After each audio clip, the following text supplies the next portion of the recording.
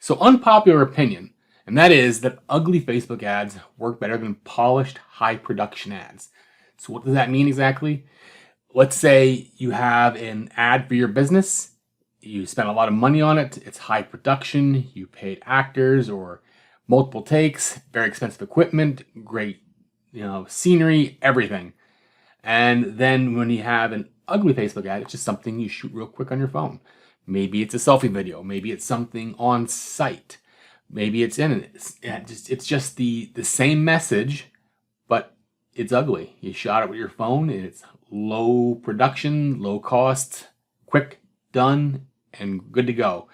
And the magic to that is if you put those two videos side by side, I will bet my last dollar that that ugly ad compared to your high production ad is going to perform better. Now, let's get into it here a little bit and I'll tell you about why. When it comes to Facebook ads, you need to focus on the performance, not the aesthetics. And what that really means is your ad's primary job is to generate sales, generate leads, not get a design award, not feed your ego, make your company look like this billion-dollar company. Its main job is to get you more revenue coming into your front door. Polished ads might look nice, but do they really work? The ugly truth is that generally they don't. If you give me a polished commercial, an ad that was produced, super high production value, let me watch it, let me make a script from it, I'll make an ugly ad out of it, and I guarantee you, if you run my ad next to yours, mine's gonna perform better. Lots of reasons why that happens, but honestly, ugly ads just perform better. If you're worried that ugly ads, will hurt your brand, just don't be. The goal is to get people to notice the ad and watch a little more, not to impress them with your video skills, graphic skills, and just how polished it looks. And if there's a professional actor in it, it doesn't matter. People want authenticity. So when you have the camera in front of your face, when you are on the job, making it quick, dirty, ugly, that works. And then when people actually call your business, they just feel like they know you. So what you need to do is really just ask yourself, are you running ads that feed your ego and make your business look better than the next guy's? Or are you looking to get attention for your business so you can drive more revenue? We both know the answer to that.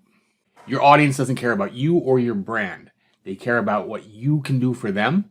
And what you need to do first is make them pay attention first.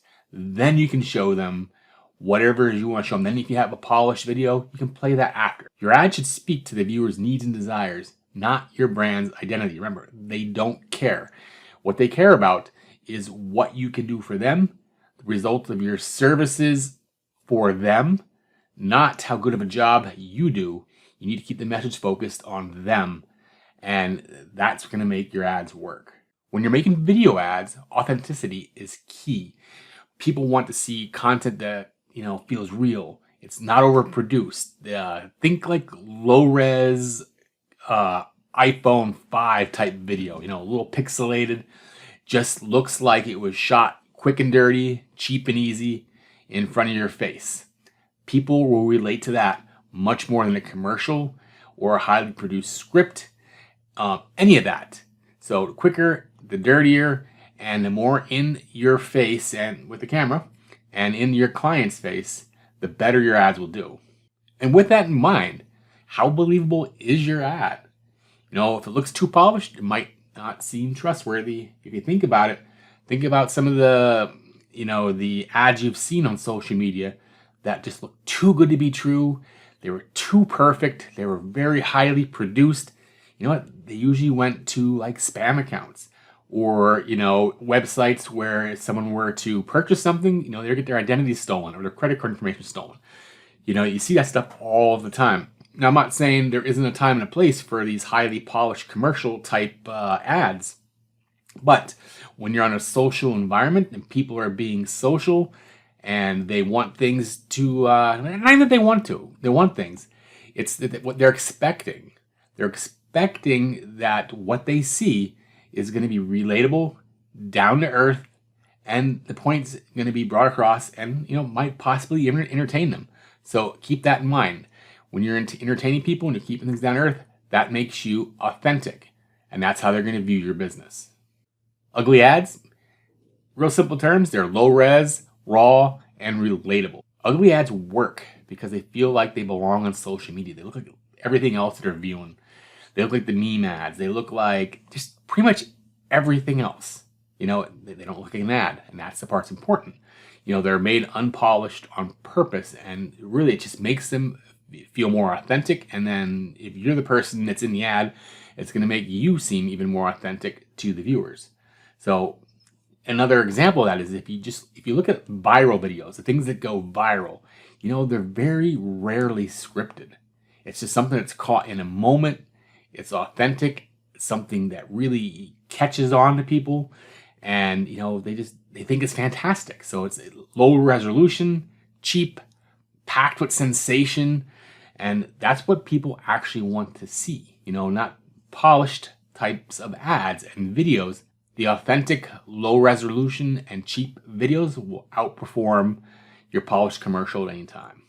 So if you take my advice and you start producing these ugly ads, don't abandon the variety. Balance the ugly with the polish. Now, should you only make ugly ads? No, you need to mix it up.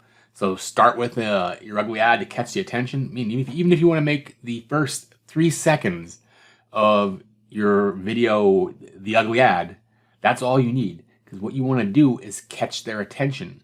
And then if your polished ad, or again something that's a little more produced, as long as it's not like again high production, you can run that right after you get their attention through your ugly video take, if that makes sense, and you just follow through with more content. Just keep in mind that the variety is key.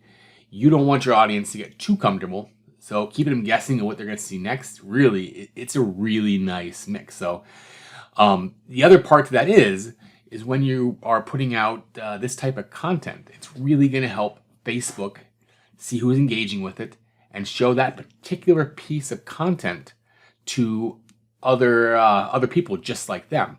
And the nice part about putting out all this different content is that each one of these pieces of content, these video ads, what they're going to end up with is a track record on Facebook.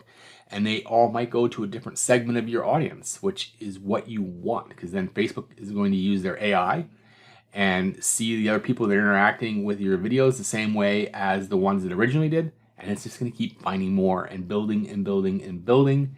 And the more you feed this Facebook machine, the more your ads are going to work. When it comes to making your video ads, scripts are good.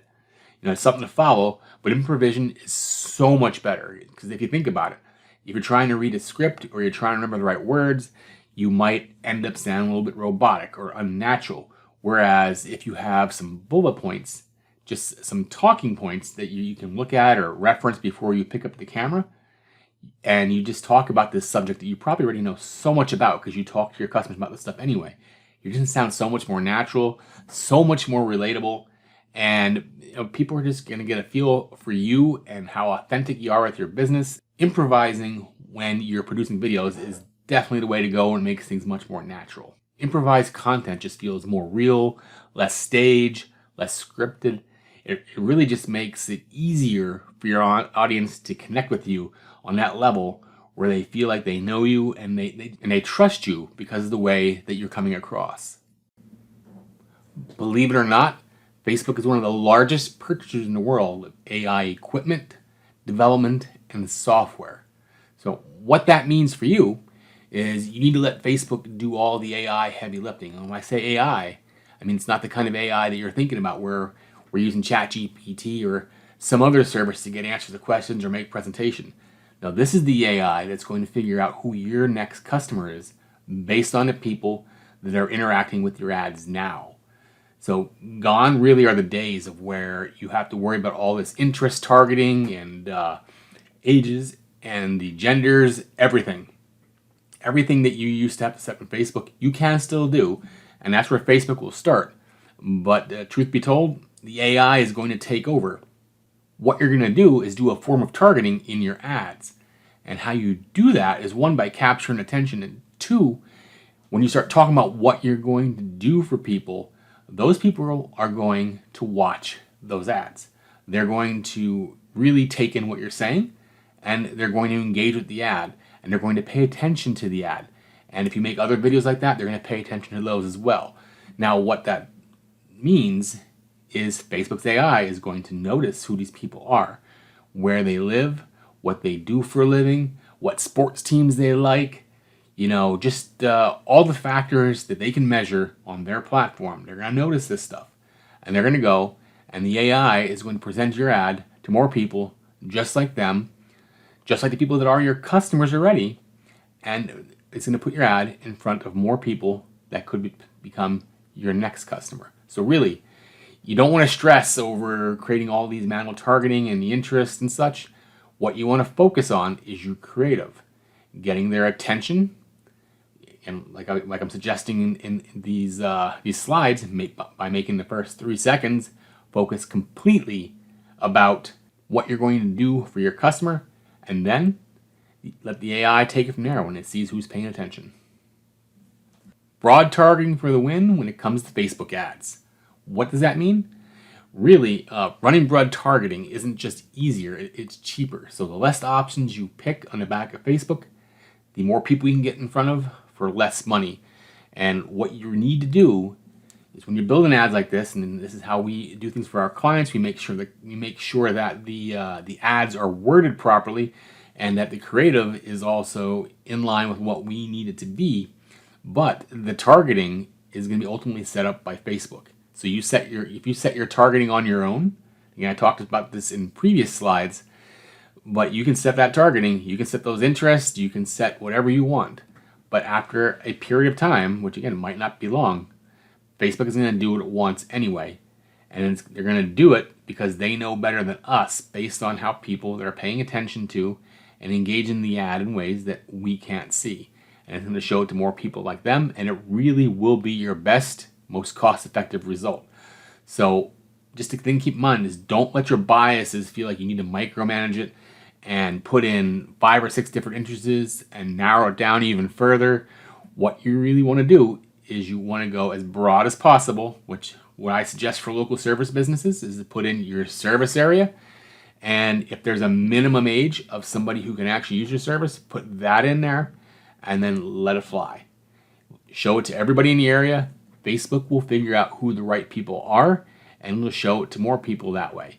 So like even if you're using like a lookalike audience, the AI is still going to take over, and it's going to use your lookalike audience as a suggestion.